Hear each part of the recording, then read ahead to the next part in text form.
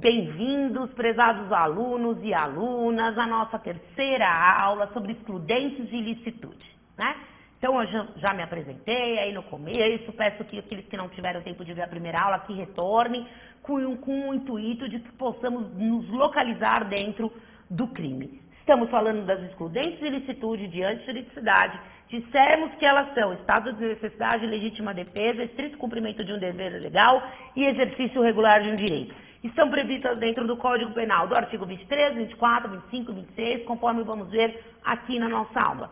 Estamos parados, então, no artigo 25, e no 25 estamos apontando não só a legítima defesa, e até por uma opção, não foi por ordem do Código, né, porque está no 24 e 25, mas uma ordem acadêmica também, e aí, de lecionar, é melhor que falemos primeiro do estado de necessidade, onde falamos do artigo 24 e entremos então no artigo 25. Lembrando que temos ali a previsão no parágrafo único do artigo 23 sobre os excessos tanto doloso quanto culposo. Então, quando eu falo de legítima defesa, eu vou elencar então aqui os requisitos que estão trazidos tanto no caput como são exigidos no momento da análise da legítima defesa.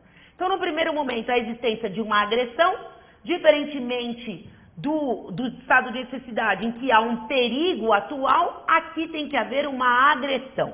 E vejam, senhores, quando eu falo parece simples a agressão, mas eu tenho que distinguir a agressão de uma provocação. Nossa, como é difícil, porque existem algumas agressões que se confundem com provocação.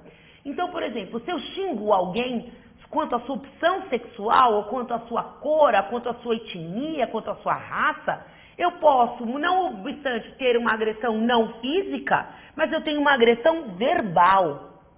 E aí vai depender muito de como a vítima daquela agressão recebe, né?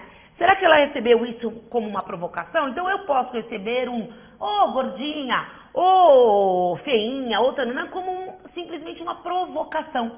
Assim como aquilo pode me causar uma sensação de agressão verbal. Então essa situação ela é analisada caso a caso, então veja, tem que ter essa distinção entre se vai depender, alguém vai falar, olha, excelência, isso aqui não é uma agressão, isso é uma provocação.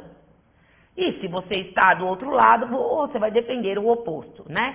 E sempre lembrando que não existe a possibilidade do estado de necessidade contra, por exemplo, animais. Eu tenho que sacrificar a vida de um cachorro para salvar de uma criança. Eu tenho que sacrificar a vida de um animal para poder ter aí, sei lá, a posse de determinado bem. Pode ser que isso seja levado em conta. Agora, na legítima defesa, não existe legítima defesa contra ato de um animal, porque o animal não tem consciência do seu ato. É necessário que essa agressão venha de outrem. Salvo se, e aí eu tenho certeza que vocês devem ter pensado nisso, se alguém usou o animal para me agredir. Então, por exemplo, eu tenho um pitbull, quero agredir determinada pessoa, eu me uso. Pessoa física, ser humano, me uso de um animal para causar uma agressão a alguém. Este alguém pode, em legítima defesa, se defender. Então, eu posso ter legítima defesa nesse estado, mas desde que haja por trás do animal, por trás de alguém que não é um ser humano, então o uso desse animal por determinada pessoa.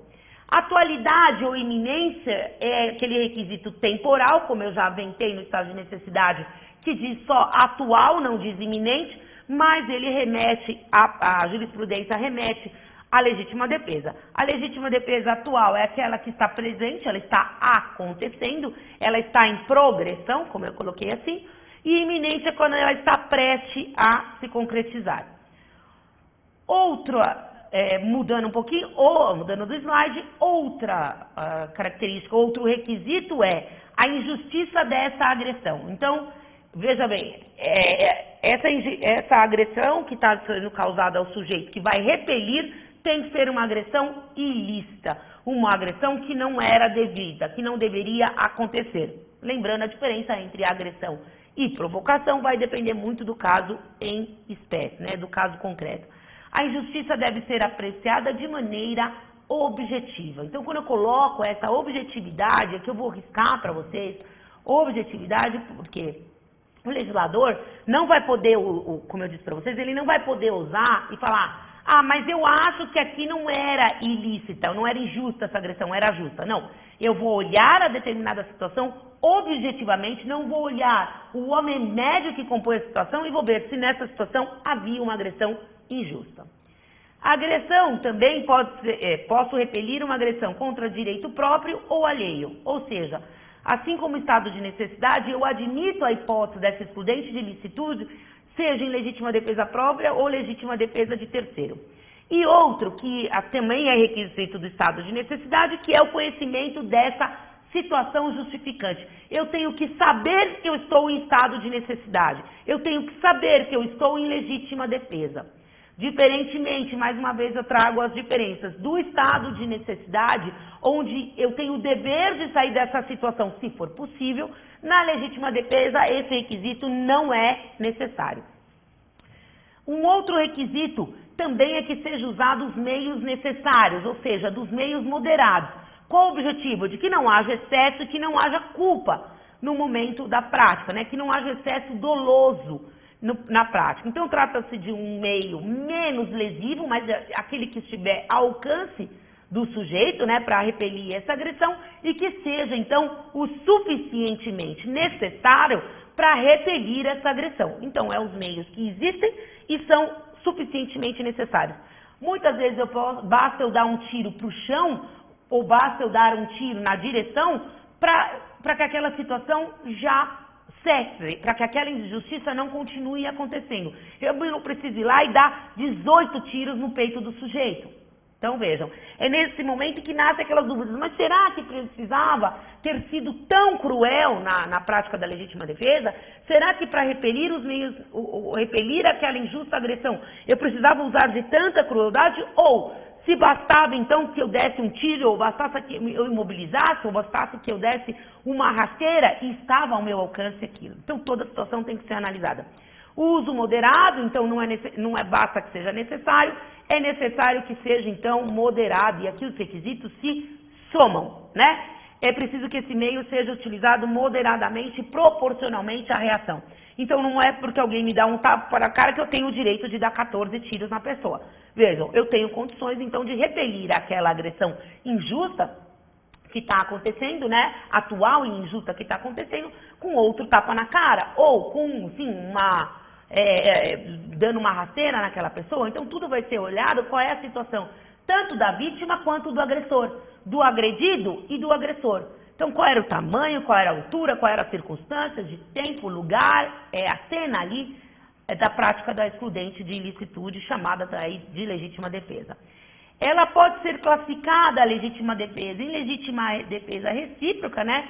Por quê? Porque a partir do momento, eu digo para vocês, diz a doutrina e a jurisprudência, eu estou repelindo uma injusta agressão de alguém e eu uso do excesso, ou seja, eu começo a usurpar ali da minha legítima defesa, nasce para aquele outro que está sendo ofendido, o que era antes o ofensor, o direito de se defender. Então, por exemplo, eu vou voltar nesse exemplo, alguém me dá um tapa na cara, eu vou lá e dou um monte de tapa na cara, ou eu vou lá e começo a lesionar, a chutar a pessoa desproporcionalmente, de maneira imoderada, de um meio que não era aquele meio necessário. Naquele minuto em que, o agressor, né, o primeiro agressor, está sendo então violentado por aquele que tinha sido agredido, a situação se inverte. Ele passa a ser o agredido. Por quê? Porque eu estou usando do excesso. Aquele que tinha sido vítima agora passa a ser o agressor. Então é admitida a legítima defesa da legítima defesa, chamada então de legítima defesa recíproca, né? Então, na verdade, a legítima defesa, tanto recíproca como chamada também de legítima defesa sucessiva, é a reação ao excesso. Então existe essa possibilidade. A legítima defesa, ela pode ser real, que é o que eu estou explicando para vocês aqui, mas também eu não posso esquecer daquela coisinha chata que existe no Código Penal, quando eu vou estudar o estado de alguém, quando eu vou estudar a putatividade, que a gente chama, que é o estado imaginário. Eu imagino que alguém está querendo dolosamente me provocar. Então, eu imagino estar na situação de legítima defesa. Quando eu vou para a graduação, eu lembro daquele exemplo que Eu estou andando de um lado da rua, né? Estou armado, por exemplo, tenho algum meio aí de repelir uma injusta agressão ali iminentemente, e uma pessoa vem em minha direção e de repente parece estar portando uma arma, põe a mão no bolso. Eu prontamente acho que vou ser assaltado, ou que aquela pessoa, como era, por exemplo, diz os livros, né, ou a jurisprudência, ela era meu inimigo, eu me acho numa situação, então, olha, peraí, então eu vou atirar primeiro. A hora que eu dou o tiro, eu percebo que aquela pessoa ia pegar o celular do bolso. Então eu me imagino numa legítima defesa, porque aquela situação toda me fez crer que eu estava num estado excludente de licitude chamado legítima defesa. Ou seja, eu estava na iminência de sofrer uma agressão. Quando, na verdade, aquela pessoa ela ia vir me pedir, por exemplo, desculpas. Ok? Então, quando a polícia muitas vezes acha que aquele bandido está portando uma arma ou que ele tem algum meio ofensivo para se repelir, e a polícia prontamente já, e aí estou dando exemplo de policial, porque a gente acaba vendo nos noticiários, ela prontamente já saca o revólver e aí usa da sua legítima defesa no exercício regular de um direito. Então, nos artigos 20 e 21, eu tenho a possibilidade do erro quanto à legítima defesa, erro em pensar estar numa situação de legítima defesa, e diz fica isento de pena quando essa possibilidade de erro era inevitável, né? Então, nos remete à leitura dos artigos 20, parágrafo 1º, e artigo 21, como eu coloquei aqui. Existe a legítima defesa própria, como para defender direito próprio, a legítima defesa de terceiro, para defender um direito de terceiro. Então, muito, por exemplo, quando vão agredir um filho meu, ou vão agredir alguém que é do meu convívio, que é do meu networking ali, né, da minha circunscrição, eu brinco, né, todo mundo que está ali na minha alçada, eu também posso exercer a legítima defesa para salvaguardar bem jurídico, ilicitamente ou injustamente agredido para o outro, né? Então, também é possível. E aí, eu falo da legítima defesa aqui, uma última classificação, como um aberratio ictus, né? Como o sujeito que vai, ao repelir uma injusta agressão, por um erro na execução, então, por exemplo, ele tropeça, ou vem alguém por trás e dá uma topada, né? Dá um chute, ou vem alguém até tentando evitar com que isso aconteça, ele atinge uma pessoa diversa. Então, eu gostaria de matar todavia eu erro e acabo causando lesão jurídica a um terceiro bem ali não colocado em jogo.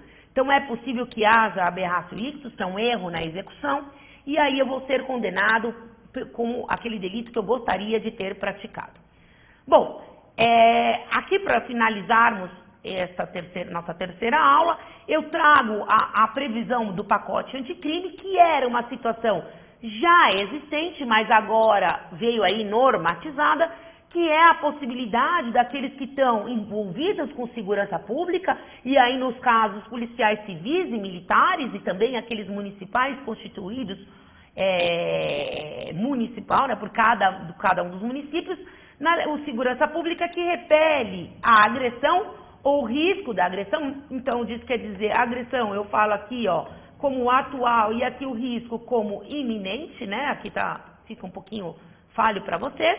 A vítima mantida refém durante a prática de crimes. Então, aqui nos remete a um episódio daquele atirador de elite, em que ele, vendo ali, a gente teve o exemplo do Rio de Janeiro, que foi bastante noticiado, em que ele, vendo aquela situação para salvar um refém, ele se vê obrigado a atirar, então, naquele que é o agressor, aquele que está fazendo uma extorsão e negociando, né? Quando a gente teve o episódio do Rio de Janeiro, havia uma vítima que tinha sido feita refém, e o policial, em legítima defesa de terceiro, então, agora está albergado pelo parágrafo único do artigo 25, para poder dizer que agiu em legítima defesa de terceiro, quando esse terceiro foi mantido refém aí de crimes praticados normalmente por organizações criminosas. Então, em caso de crime que envolva refém, o policial está então albergado, que seja por um perigo atual ou iminente, pela excludente agora prevista expressamente. Antigamente era uma construção